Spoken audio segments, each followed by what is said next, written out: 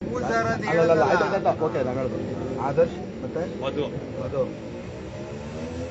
ಹೀರೋಗಳಾಗೋದಕ್ಕೆ ಅವಕಾಶ ಇದೆ. ಚಿಕ್ಕ ವಯಸ್ಸು ಪಡೆ ತಟ್ಟಿ ದುಷ್ಟರ ವಿರುದ್ಧ ನಿಮ್ಮನ್ನ ಒತ್ತು ಮೆರೆಸ್ತೀವಿ. KRS ಪಕ್ಷ ವಹಿಸಿದೆ.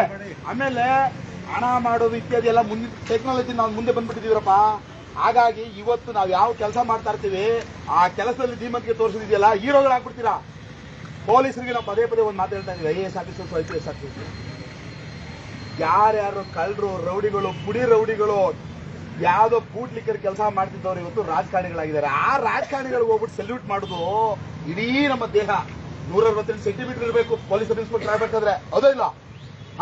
ಯಾಕೆ ಅಂದ್ರೆ ಇಷ್ಟು ದೇಹವನ್ನು ಕುಗ್ಗಿಸಿ ಅವನಿಗೂ ಕಳ್ಳನಿಗೆ ಸೆಲ್ಯೂಟ್ ಮಾಡ್ಬೇಕಲ್ಲ. ಅದು ಬಿಡಿ, ಪ್ರಾಮಾಣಿಕರು ಸೆಲ್ಯೂಟ್ ಮಾಡ್ತೀವಿ, ಕಳ್ಳರನ್ನ ಎಡೆಮುರಿ ಕಟ್ತೀವಿ ಅಂತ ಅನ್ನುವಂಥದ್ದೊಂದು ತೆಗೆದುಕೊಳ್ಳಿ. ಕನ್ನಡ ಭುವನೇಶ್ವರಿ ಕೆಲಸ ಮಾಡ್ತೀವಿ, ಸೇವೆ ಮಾಡ್ತೀವಿ ಅಂತ ಹೀರೋಗಳಾಗಿ ದುಡ್ಡು ಮಾನ್ಯತೆಗೋಸ್ಕರ ನಾವು ದುಡ್ಡು ಸಂಪಾದನೆ ಮಾಡೋದು, ಕಾರಲ್ಲಿ ಓಡಾಡೋದು ನಮ್ಗೆ ಚೆನ್ನಾಗಿದ್ದಾರೆ ಅಂತ ಜನ ಭಾವಿಸ್ಲಿ ಅಂತ. ನಾವು ಮಾಡ್ತಾ ಇರುವಂತ ಕೆಲಸ ಮಾಡೇ ಹೀರೋಗಳಾಗೋದಕ್ಕೆ ಅವಕಾಶ ಇದೆ. ಅದಕ್ಕೆ ಕೆಂಪೇಗೌಡ ಸಿನಿಮಾ ತೆಗೆದವ್ರು ಹೀರೋಗಳು. ಹೌದಾ ಇಲ್ಲ? ಮೀಸೆ ತಿರುಗಿಸಿದ ಯಾಕೆಂದ್ರೆ ಈ ಗನ್ನಿದೆಯಲ್ಲ, ಇದೇ ಮೀಸೆ ಆಯ್ತಲ್ಲ.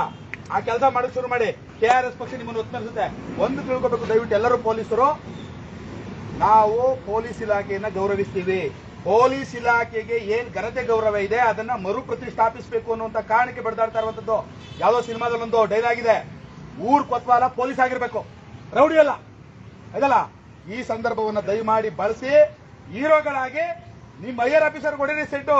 ಆಮೇಲೆ ನಾವಿವತ್ತು ನಮ್ಮ ಕಾಯ್ದೆ ಕಾನೂನುಗಳಿಗೆ ನಿಷ್ಠ ಆಗ್ಬೇಕು. ಈಗ ನೀವು ಯಾವ್ದೋ ಒಂದು ಯಾವ್ದಾವ್ದು ಆಗ್ತಿದೆ, IPC ಇರ್ಬೋದು, CRPC ಇರ್ಬೋದು, ಪೊಲೀಸ್ ಆಕ್ಟ್ ಇರ್ಬೋದು, ಅದಕ್ಕೆ ನೀವು ಕಸ್ಟಡಿಯನ್ನು, ಅದಕ್ಕೆ ನೀವು ನಿಷ್ಠರಾಗಿರ್ಬೇಕು. ಹಾಗಾಗಿ ನಿಮಗೆ ಅದನ್ನ ಕಣ್ಗೋತ್ರ ಸೆಲ್ಯೂಟ್ ಮಾಡಿ. ಯಾವ ಹೈಯರ್ ಆಫೀಸರ್ ಅಲ್ಲ, ಹೈಯರ್ ಆಫೀಸರ್ ಕಾನೂನು ಬಿಟ್ಟು ನೀನು ಇದನ್ನ ಮಾಡಬೇಡ ಅಂತ ಹೇಳಿದ್ರೆ ಮಾಡಿ. ಕಾನೂನು ಏನಿದೆ ಅದ್ರ ಪ್ರಕಾರ ಮಾಡಿ. ದೊಡ್ಡವರಾಗಿ ಹೀರೋಗಳಾಗಿ ನಿಮ್ಮ ಮಕ್ಕಳು, ನಿಮ್ಮ ಧರ್ಮಪತ್ನಿಯರು ಅವರೆಲ್ಲರೂ ಖುಷಿ ಪಡ್ಬೇಕು. ಅರೆ ಏನೇ ಅಂತ ಬೀಸಿ ತಿರುಗಿಸಿ ಕೆಲಸ ಮಾಡಿ.